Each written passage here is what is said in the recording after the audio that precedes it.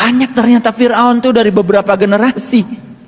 Di mumi, tidak dikubur. Enak ya, Fir'aun gak dapat siksa kubur. Alam kubur itu adalah alam barzakh sebenarnya. Alam antara kehidupan dunia dengan kehidupan akhirat. Kemudian ketika azab itu orang dikubur, maka di sanalah dia akan diadab. Tapi orang yang tidak dikubur umpamanya, ada orang yang dijadikan mumi umpamanya, dia akan diadab di tempat itu. Tapi dimensinya beda. Bismillahirrahmanirrahim. Assalamualaikum warahmatullahi wabarakatuh. Alhamdulillah wassalatu wassalamu ala Rasulillah wa ala alihi wasahbihi wa man wala ma ba'du. Ayyuhal ikhwah, azani Allah wa iyyakum, sahabat Anda pasar hijrah yang semoga dalam lindungan Allah Subhanahu wa taala. Kali ini sahabat ya, kita akan coba mereaksi sebuah video terkait dari ceramahnya Ustadz Saiful Karim, yang mana dalam statement Ustadz Saiful Karim ini agak nyeleneh sahabat ya. Mengapa perlu kita reaksi? Karena beliau ini sudah berlebihan. Takutnya sahabatnya nanti orang-orang yang mengikuti beliau ini jauh menyimpang akan ceramah yang beliau sampaikan ini. Karena di dalam ceramah beliau ini sahabat ya, Ustadz Saiful Karim ini menyinggung masalah fitnah di dalam kubur atau siksa di dalam kubur. Dan di dalam ceramah Ustadz Saiful Karim ini menyinggung masalah jenazahnya Fir'aun, yang mana katanya Fir'aun itu tidak mendapatkan azab kubur karena Fir'aun ini tenggelam di Laut Merah sahabat ya. Jadi otomatis Fir'aun ini tidak mendapatkan azab kubur. Nah di sini sahabatnya, mengapa kita harus koreksi pendapat beliau ini tentang masalah fitnah kubur? Karena beliau ini mengatakan fitnah kubur itu berlaku jika seseorang itu mati dan kemudian dikebumikan di dalam kuburan, baru orang tersebut akan mendapatkan fitnah kubur atau siksa kubur katanya. Coba mari kita simak dulu sahabat ya, bagaimana statement dari Ustadz Saiful Karim ini yang salah kaprah tentang masalah fitnah kubur. Coba kita simak videonya dulu. Fir'aun dapat siksa kubur nggak? Enak nggak dapat siksa kubur, nggak dikubur. Enakan mana Musa sampai Fir'aun. Ya. Ini kadang-kadang ketololan ini kan tidak pernah disadari. Ini karena kurang-kurang jalan-jalan. Pergi ke Mesir, lihat di sana Fir'aun.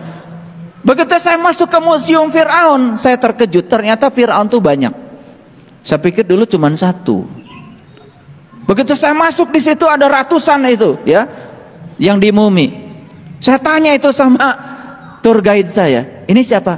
Fir'aun pak. Ini Fir'aun pak. Ini Fir'aun. Loh, banyak ternyata Fir'aun tuh dari beberapa generasi. Di mumi, tidak dikubur. Enak ya, Fir'aun gak dapat siksa kubur.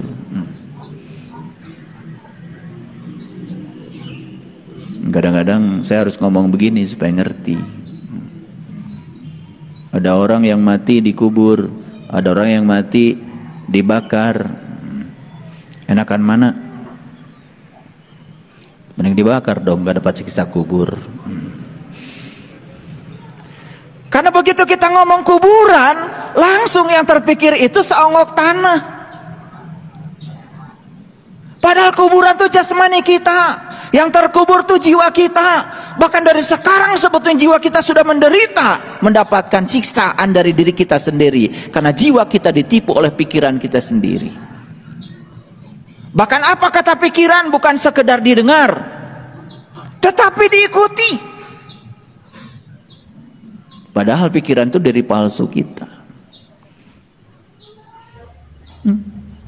Siksa kubur sudah berlangsung dari sekarang.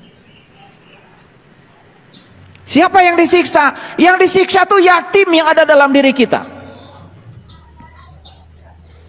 Siapa yatim? Yatim itu yang tak beribu, yang tak berbapak. Yatim itu adalah jiwa kita yang tidak pernah dilahirkan. Kalau yatim itu adalah manusia, semua kita juga akhirnya akan jadi yatim. 7,7 miliar penduduk bumi semuanya yatim. Gimana ngurusnya? Semua yatim, saya juga yatim. Masya Allah, tabarakallah sahabat ya, mendengar dari statement dari Ustadz Saiful Karim tadi yang beliau ini memanipulasi tentang fitnah kubur. Dan jelas sahabat ya, fitnah kubur itu memang ada, walaupun seseorang itu mati dalam keadaan terbakar, ataupun mati dalam tenggelam, ataupun yang lainnya. Karena alam barzakh itu berbeda sahabatnya dengan alam dunia ini. Jadi walaupun orang tersebut mati dalam keadaan tidak dikubur, dan tetap akan mendapatkan siksa kubur. Dan statement dari Ustadz Syaiful Karim tadi sahabatnya itu jelas ngawur, dan ini bahaya jika kita memahami segala sesuatu dengan akal tanpa menyebutkan dalil-dalil dari Al-Quran dan Sunnah tentang masalah fitnah kubur ini. Dan di sini sahabat ya, sedikit saya akan jelaskan tentang fitnah kubur. Bagaimana yang akan terjadi nanti jika kita telah dikebumikan di dalam kuburan. Di sini sahabat ya, saya akan membacakan hadis dari Rasulullah SAW yang artinya, inilah yang membuat arsy bergerak, pintu-pintu langit dibuka dan disaksikan oleh 70.000 malaikat. Sungguh ia dihimpit dan dijepit oleh kubur, akan tetapi kemudian dibebaskan. Hadis ini sahabat ya disajikan oleh Syekh Al-Albani rahimahullah dalam kitab Silsilah As-Sahihah nomor 1695. Dan jelas sahabat ya, kengerian fitnah kubur tersebut memang ada. Tentunya jika kita melihat dari dalil-dalil Al-Quran dan Sunnah Rasulullah SAW. Seperti yang dijelaskan oleh Ustadz Syafiq Riza Basalamah dalam video kali ini sahabat ya. Bagaimana Ustadz Syafiq Riza Basalamah menjelaskan tentang fitnah kubur walaupun orang tersebut mati dalam keadaan terbakar ataupun tenggelam. Seperti yang diceritakan oleh Ustadz Syaiful Karim tadi, yang mana Fir'aun mati dalam keadaan tenggelam. Mari kita simak videonya, dan ini sekalian penutup. Semoga video saya ini bermanfaat. Assalamualaikum warahmatullahi wabarakatuh. Baik, barakallahu fiik. Ya, berkaitan dengan alam kubur. Jadi memang secara umum kita itu diperintahkan untuk mengubur. Kita lihat ada orang-orang di agama lain dibakar umpamanya. Apakah berarti yang dibakar nggak diadab? Karena mereka kan nggak dikubur, Ustaz. Kemudian tadi kita kasih contoh yang dimakan oleh ikan. Apakah dia nggak diadab karena dia nggak dikubur? Jadi alam kubur itu memang, karena dalam agama kita jenazah itu, manusia itu dikuburkan. Alam kubur itu adalah alam barzakh sebenarnya. Alam antara kehidupan dunia dengan kehidupan akhirat. Kemudian ketika azab itu orang dikubur, maka di sanalah dia akan diadab. Tapi orang yang tidak dikubur umpamanya, ada orang yang dijadikan mumi umpamanya, dia akan diadab di tempat itu. Tapi dimensinya beda. Makanya kita nggak tahu. Kita beriman dengan adanya azab kubur. Orang akan mendapatkan azab tersebut. Dan kalau dia nikmat, dia pun akan mendapatkan nikmat tersebut. Orang yang mungkin dimakan oleh binatang buas, dimakan oleh burung-burung pemakan bangkai, dia akan mendapatkan azab atau mendapatkan nikmat di alam kubur tersebut. Adapun berkaitan dengan kuburan, memang hukum asalnya orang yang dikuburkan di sana itu dia lebih berhak dengan tempat kuburan itu. Nggak boleh ada orang lain. Itu kalau milik dia. Makanya orang itu kalau membeli kuburan, ya udah dia bayar tuh kuburannya. Itu karena jadi milik dia. Tapi ada orang yang nggak bisa dia beli, dia sewa adanya. Artinya dia perpanjang ketika dia nggak punya duit, memang sudah itu jadi milik orang lain karena dia pinjam tempat. Adapun hukum membongkar kuburan, kemudian menindihnya dengan kuburan yang baru, para ulama menyebutkan dalam kondisi seperti itu harus ada jaminan memang di tempat itu sudah nggak ada lagi. Jasadnya udah hilang gitu. Tapi ketika masih ada jasadnya, masih ada tulang belulangnya, maka dia masih berhak dikuburkan di situ. Tapi kalau memang nggak mungkin lagi, nggak ada, Ustaz, ini udah nggak bayar, umpamanya orangnya tidak membayar, atau kita tidak mampu membayar, kemudian akan ditindih dengan jasad yang baru, maka caranya kalau masih ada tulang belulang itu, maka dimasukkan ke dalam, kemudian baru ditindih dengan jasad yang baru.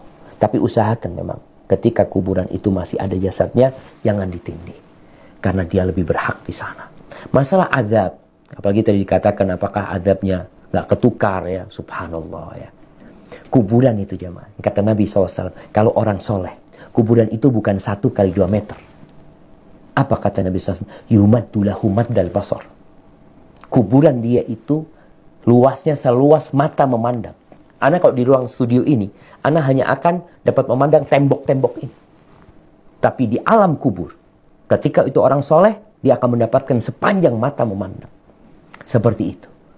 Adapun menggusur kuburan, Sejatinya nggak boleh menggusur kuburan karena itu hak orang itu. Apalagi kalau keluarga, ingat, orang tua meninggal dunia dikuburkan di tanahnya, umpamanya, itu udah milik dia memang.